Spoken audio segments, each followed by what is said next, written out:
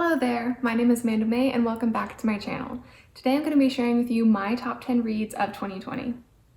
We're going to start with my absolute favorites and work our way down. Taking the number 1 spot is Mistborn by Brandon Sanderson, also known as The Final Empire. In this world, there was a hero of prophecy destined to defeat this great evil power, but he failed. So, for the last 1,000 years, evil has ruled the entire world. Enter our main characters, a band of thieves who decide to take on the task of overthrowing the evil regime.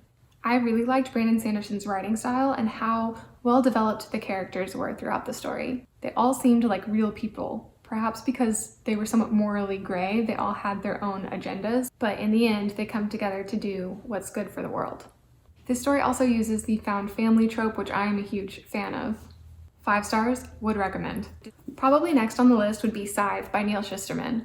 I just really liked this futuristic world and exploring all of the things that can be wrong with a utopia. If you don't know, in Scythe, the cloud as we know it has evolved into the Thunderhead, which is an all-knowing AI. And through it, humans have conquered disease, climate change, aging, and even death. There are very few ways a person can actually die in this world, but one of them is by getting gleaned by a scythe. Scythes are humans who are trained to kill, and their job exists because humans have not been able to leave Earth and overpopulation is a real concern. So since death is no longer natural, somebody has to go around and keep the population count under control. I also gave this book 5 stars, the entire series. I definitely recommend that you read it if the synopsis is at all appealing to you. Coming in at number 3, we have Strange the Dreamer by Laini Taylor. I really enjoyed Laini Taylor's writing style. It is a bit on the flowery side, but that really appealed to me. Also, the preface of this book was so powerful that I was gripped from page 1, I kid you not. In this world, we have a mythical city that's been cut off from the rest of the world, and its name has been stolen from the minds of anyone who knew it. Anytime anyone tries to think of the city's name, the name is replaced by the word weep. And this city becomes the obsession of one of our main characters, Laszlo Strange. It's his dream to go and find the city and discover what happened to cut it off from the rest of the world and why he can no longer remember the city's name. And I don't really want to say too much more than that because spoilers. As with pretty much every book on this list, I gave it 5 stars and I definitely recommend it to pretty much anybody. Blanket recommendation.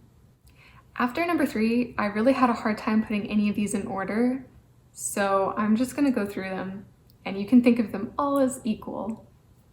So next on my list is going to be The Last Unicorn by Peter S. Beagle.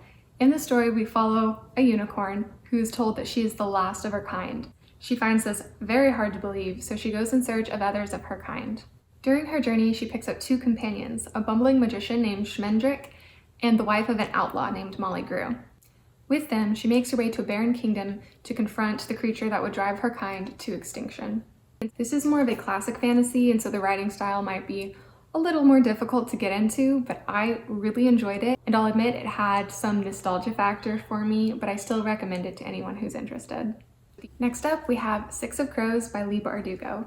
This year I read my way through the Grishaverse, and so far 6 of Crows is my favorite. Once again, we have the use of the found family trope, and our cast of characters are also kind of a bunch of thieves. It's somewhat similar in that way to Mistborn, but I mostly really enjoyed all of the witty and snarky banter between our characters. It literally had me laughing out loud at certain parts of the book, which for me doesn't really happen that often. So if you like the found family trope or heist storylines, I definitely recommend you pick up 6 of Crows. Next up on the list, we have A Court of Mist and Fury by Sarah J. Maas. This is the Juniper Books dust jacket. I have the matching set. I just thought they were really pretty. So I feel like I owe the ACOTAR series a lot since it kind of got me back into reading physical books as opposed to just listening to audiobooks. I picked up the series early this year and I honestly just couldn't get enough of it. Of the 3, I have the common opinion of number 2 being my favorite. I feel like most people know what A Court of Thorns and Roses is about, but in case you don't, it's kind of a Beauty and the Beast retelling. In order to save her family, our main character Feyre is whisked away into the Fey realm by a Fey prince, essentially. I don't know, I don't really have all that much to say about this series. I just really enjoyed it. Following A Court of Mist and Fury, I have another Sarah J. Maas book, Kingdom of Ash.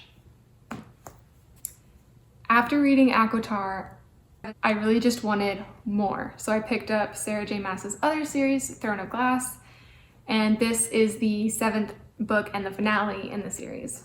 I really just clicked with our main character Selena in the first book, and so that's what drew me into the series. But I picked the 7th book as my favorite to put on this list because of one scene in particular, and no spoilers, but if you've read this book, maybe I can convey to you which scene I'm talking about. It's towards the end, and it includes my favorite witch character.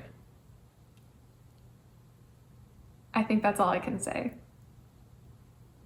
But it destroyed me. I was bawling. I had to stop reading because I couldn't see through my tears.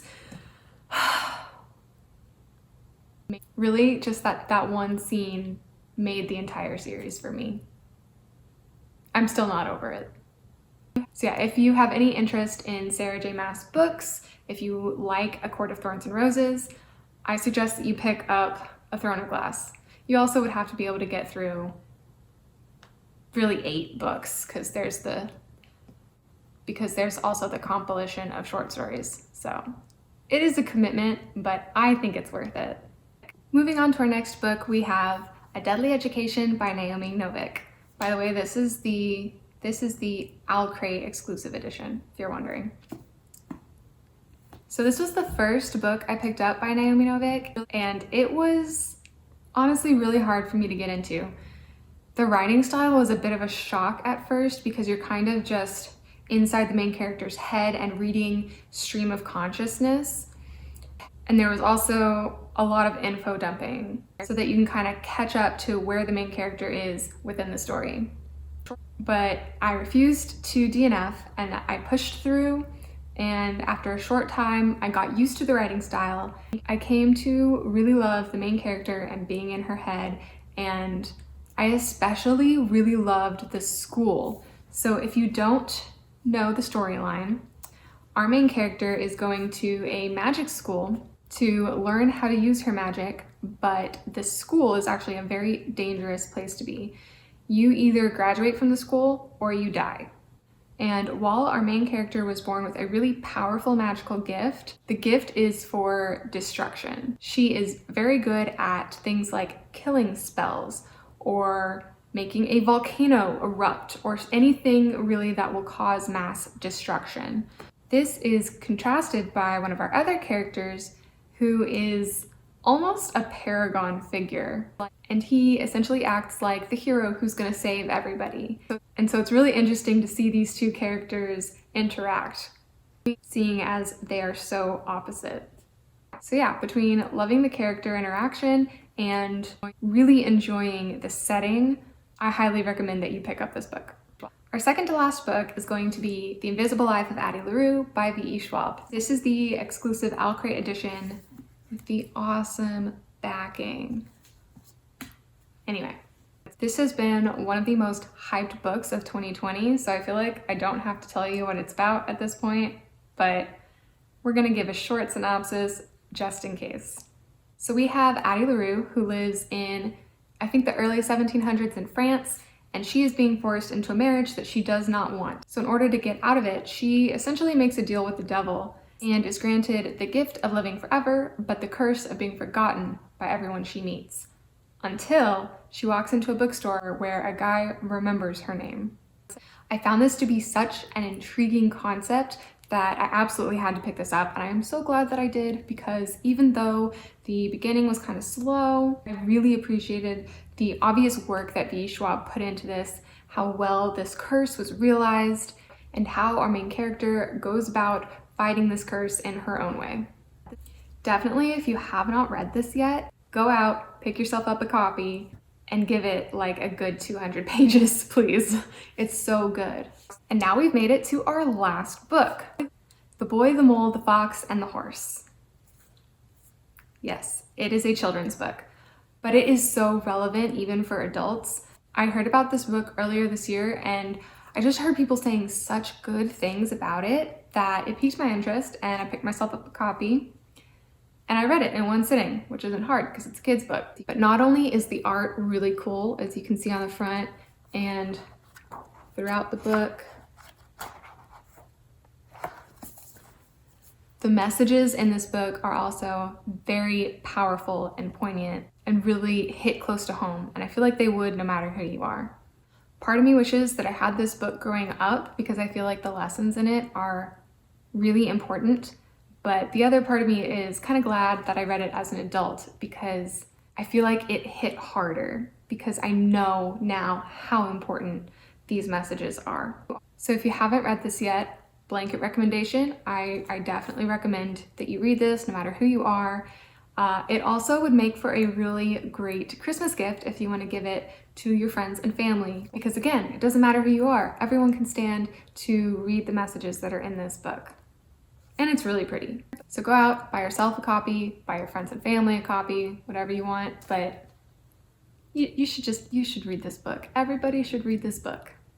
And that's a wrap. That's my favorite top 10 books of 2020. Go ahead and let me know down below if you agree or disagree with any of my picks. If you liked this video, please give it a thumbs up. If you want to see more of my content, please hit subscribe. It really helps. In any case, I hope to see you in the next video. Bye. In this world, we have a hero of there was a hero of prophecy destined to defeat prophecy. Swear also word. What's the word I want? What's the word I want? Okay, need a thumbnail. Oh my gosh. We're gonna make this work.